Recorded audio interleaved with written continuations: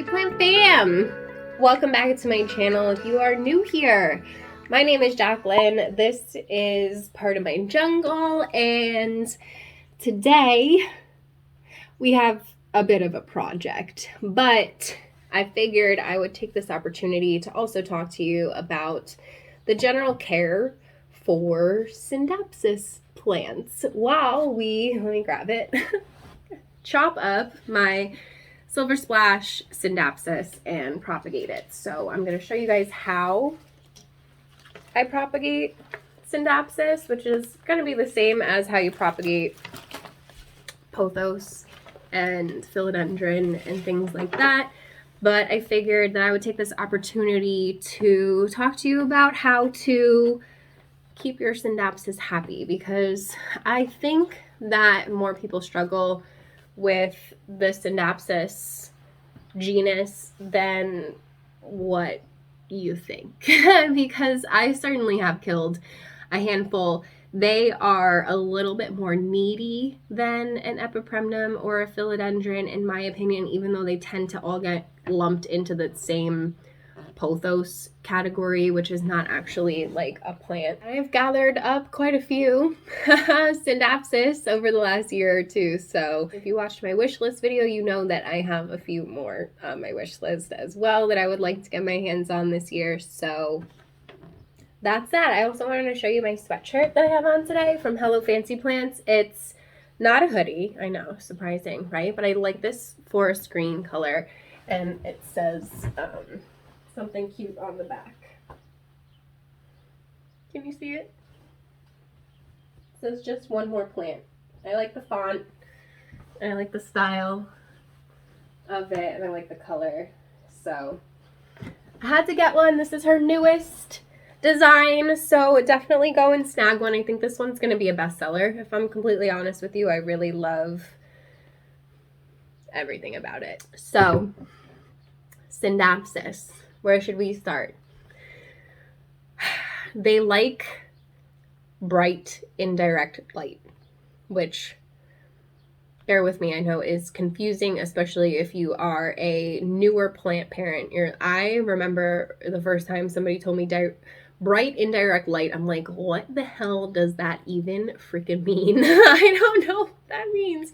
So literally what that actually means is that you want to make sure that this plant is getting bright light, but not like southern scorching bright direct light that's going to cause it to burn. Having a grow light even just like right here would be considered direct bright light, and pulling it back a bit would be considered bright indirect light. It's not necessarily whether or not the light is pointing directly at the plant. I think that's what confused me at first. I'm like, well, it needs light. What do you mean? It's got to be facing the light.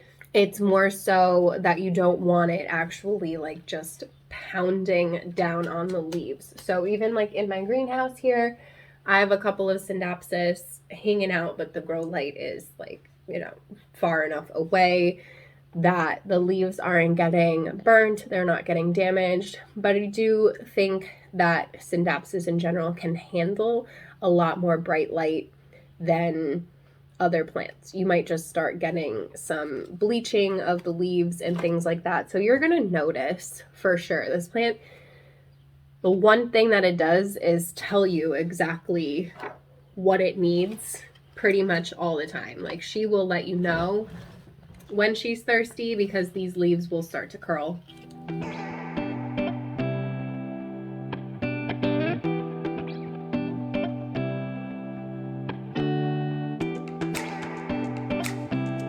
And obviously when I say southern light, I'm in the northeast area of the United States, so I know that if you're in different areas of the world, that's going to mean different things to you. So wherever you get your really bright afternoon light is going to be too much for this plant to be right up in the window, but if you pull it back a few feet, should be perfectly fine. So next thing that I want to talk about with this plant is the fact that she's thirsty as hell. I feel like nobody talks about it, and everybody's like, oh, the Scindapsus, they're so easygoing. I water this and all of my Scindapsus way more frequently than I water any of my pothos, like at all. So I definitely noticed that my trailing philodendrons tend to be thirstier than epipremnums, but the Scindapsus is even more thirsty than that. So if you're looking for a trailing plant that is going to be very forgiving with you and you're inconsistent watering, get yourself an epipremnum. I like the neon and the marble queen, but you do you, boo. And you'll be fine, because the other cultivars like the global green and the enjoy and stuff like that are thirstier. The manjula is thirstier, so you're better off with a regular epipremnum aureum, which is the golden pothos, the jade pothos, the marble queen, and the neon ones like that.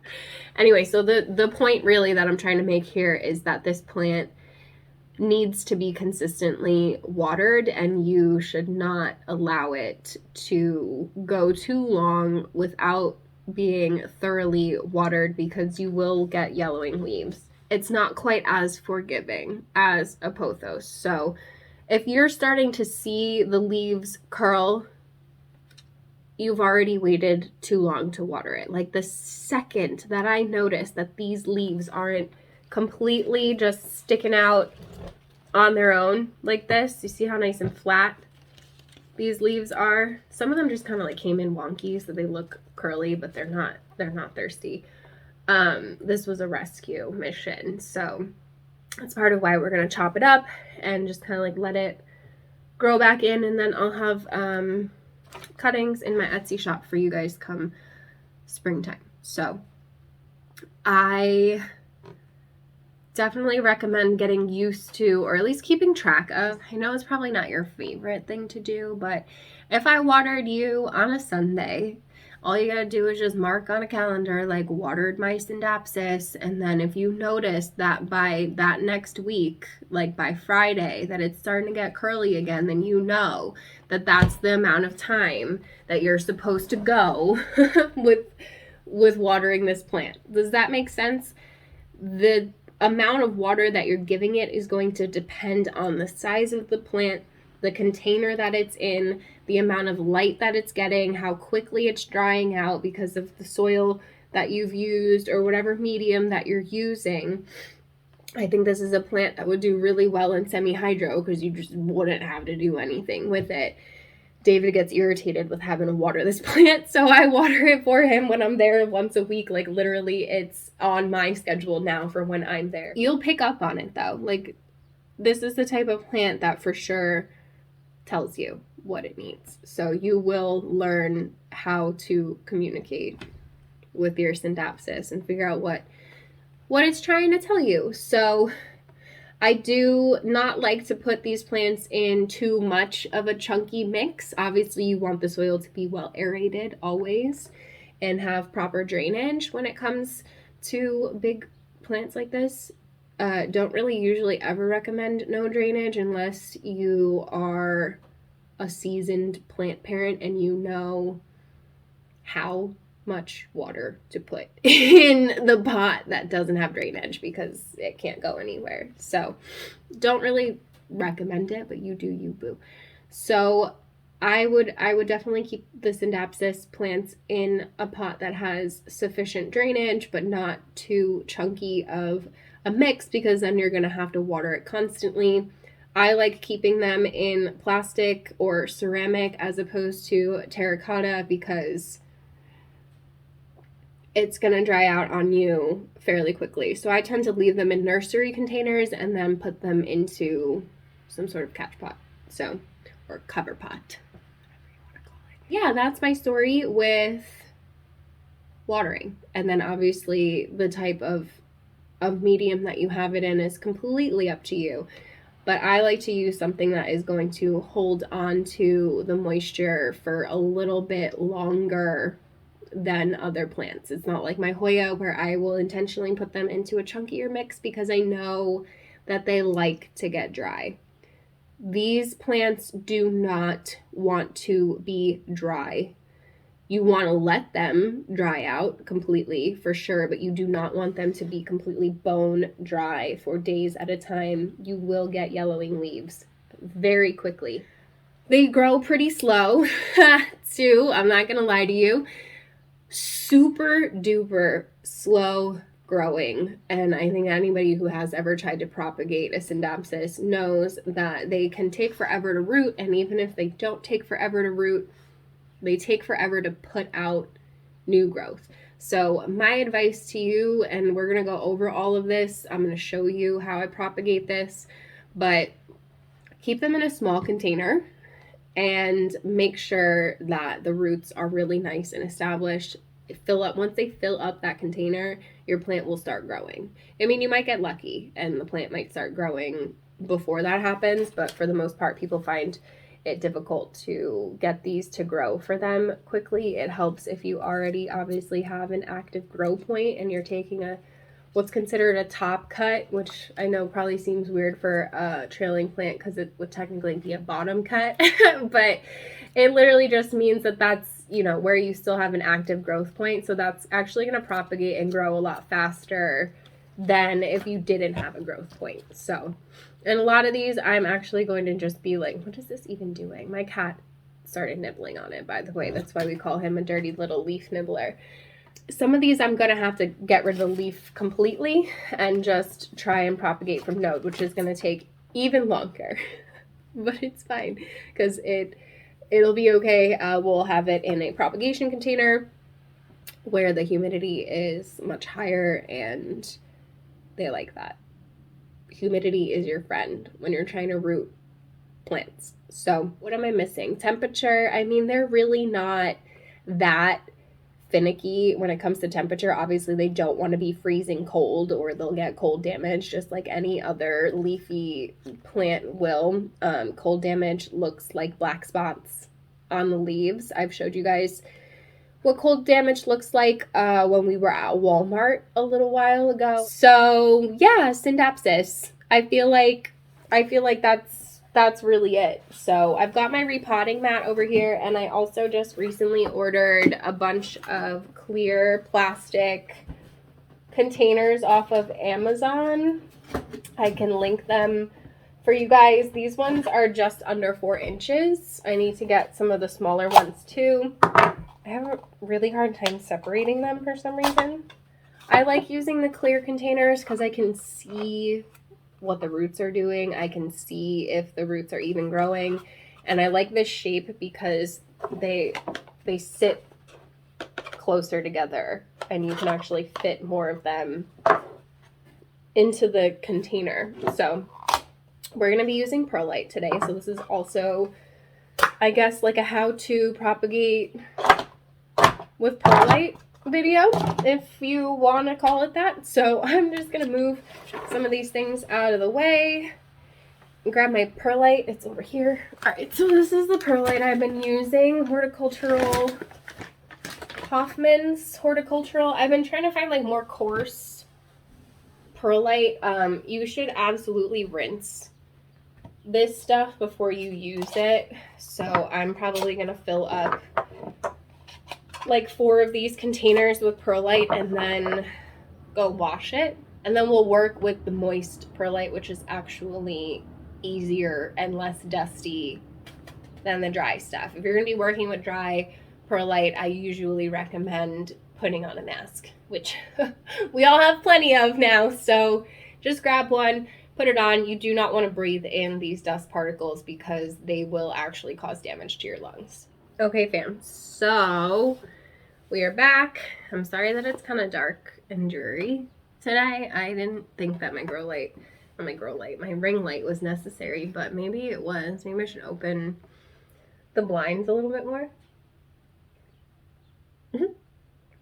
It's like dark out already and it's like 1 o'clock, but it's fine. So I've got my little containers filled with moist perlite. I only did 3 of them for now, and I wanted to focus more on just showing you how I go about propagating. So let's go back to basics here. This is a leaf that my cat has eaten. This is the petiole, the part that connects the leaf to the stem. This is the stem.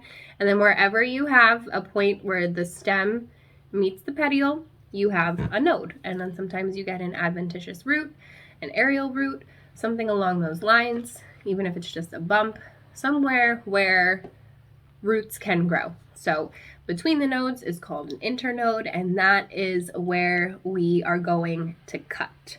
So you want to make sure you sterilize your scissors. Mine are not, but it's fine. So you want to cut at the inner node. So what I'm going to do now is I'm focused on this node. This leaf is no good. The cat ate it. So we're going to get rid of that leaf. Eventually it will die off, and this will be easy to peel off the rest of the petiole. You don't want to do it while it's still fresh because you could damage the whole entire node. So the standard rule of thumb that I always understood was a little bit, maybe around about an inch on either side. Sorry, my elbow is making farting noises on the table. About an inch on either side of the node. You don't need more than that. You can use less than that if you want, but this is about what it looks like when I take a node cutting. I'm gonna do the same thing now with this one. I'm gonna cut the internode down to about an inch to the node, and I'm gonna get rid of this leaf too, and then I may just leave this one alone because it's doing this weird growth thing. This one I may just like plop into water because it's weird. I don't really actually know what it's doing. So that one we're gonna set aside. I want to get to one where there is a leaf so I can show you what that looks like. Cut here. I'm going to be cutting up this whole entire thing, so it doesn't really matter. Okay, so what I do now that I know that I'm going to be keeping this leaf as a cutting, I see that the leaf is facing this way so that I know I can plop it in the perlite this way. So I can leave a little bit more stem here to help anchor it into the perlite. But then at the top, I don't want to leave more than an inch. Sometimes even less than that I'll leave. So that this cutting can go straight into the perlite like this. Should have brought over a chopstick. You want to make sure that the node is submerged and the leaf is not. So that's pretty much the gist of it. So I'm just going to continue to keep on doing the same thing. My perlite is peeing on the table.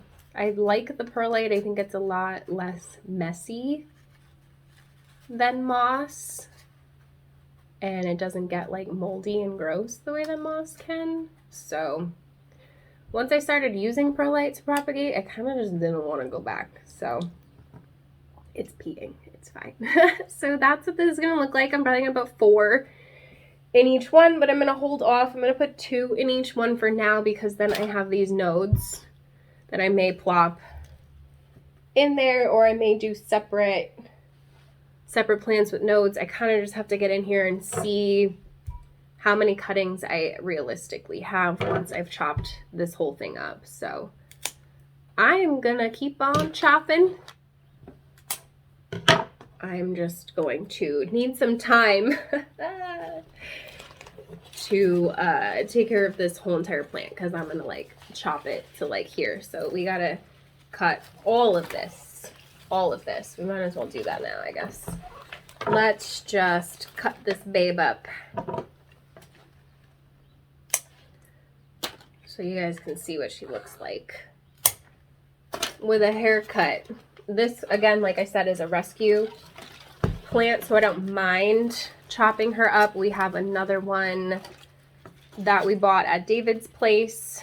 This one I left in the nursery because I wanted to leave it for somebody else to find, but I only returned a few weeks later to find out that nobody had purchased it and it was starting to get cold damage and look sad, and I felt the need to rescue it. If I had left it there any longer, I don't think it would have made it.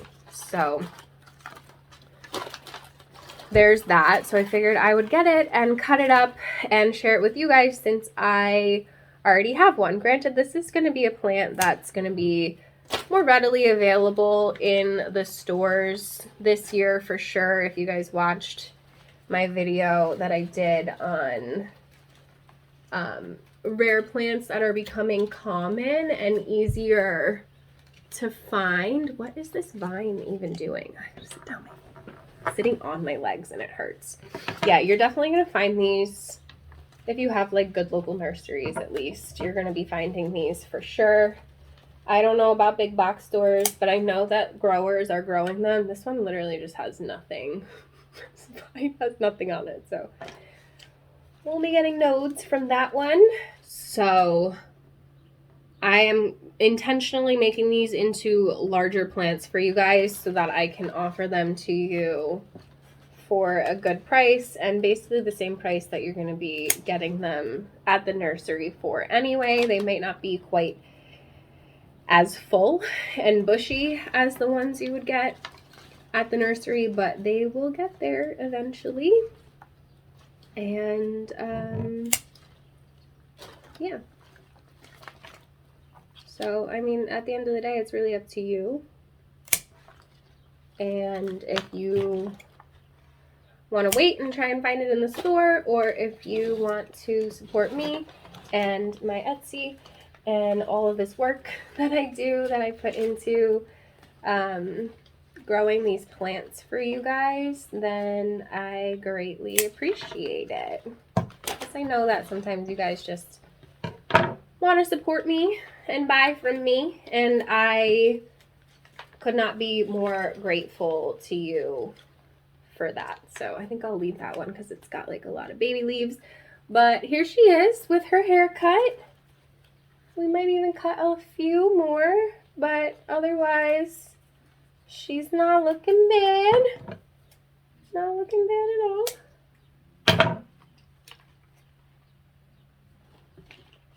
So I think we got rid of most of the sad, damaged leaves. And she is ready to go sit and hang out and get hung up somewhere until she grows and needs to be cut again. So I'm not mad about it. She looks super cute now. That's that. These are all my cuttings that I'm gonna need to cut up and propagate, but it's fine. Everything is fine. It's gonna be good. Glad I got some caffeine.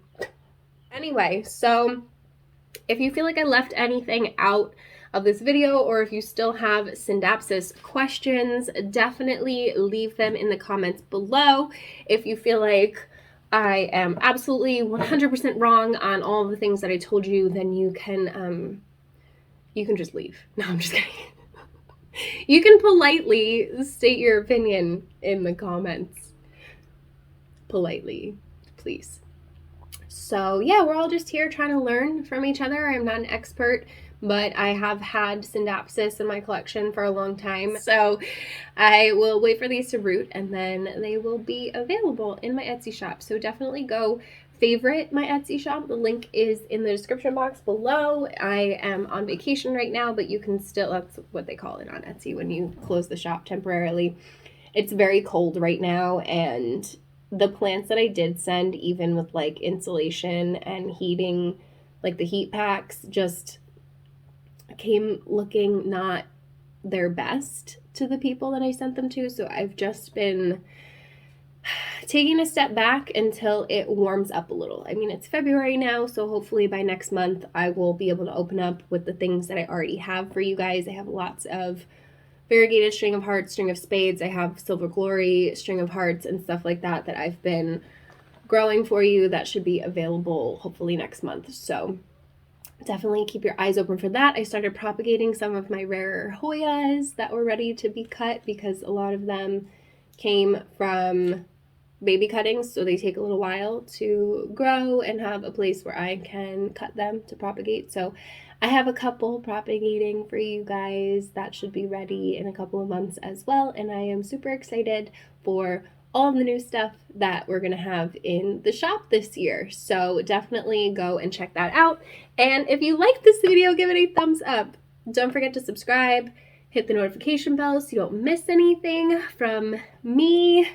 Let me know if you found this video helpful. I know that Scindapsus are very popular right now, and there seems to be like a new variety on the market like every day. So if you were struggling or wondering how to care for them, then I hope that you found this video helpful. I mean, they're pretty simple. You just have to make sure that you're consistent with watering them. So, and don't let your cat nibble on the vines. So yeah, that's my story. There's a join button down there if you guys want to join my official Plant Fam membership program. You get lots of fun perks, including a private group chat with me and the rest of the Plant Fam members, which seems to be everybody's favorite feature so far. So lots of fun stuff going on. David and I started our own channel, so you're going to be seeing content over there soon. I'll link it for you so you guys can subscribe and check it out. Put on the notification bell so you don't miss when we upload our first video soon. And yeah, I think that's it. I think I can stop rambling now. I appreciate you, fam, and I will see you in the next one. Oh, if you watched this whole entire video, leave me your sign emoji, since I'm drinking out of my Libra cup that my friend Adina got for me. Leave me your sign or just tell me your sign, and I think that'll be fun. I like knowing, even though it's just for funsies. So anyway, I'm gonna go. I appreciate you, fam, and I will see you in the next one. I'm sorry the lighting was so bad for this one.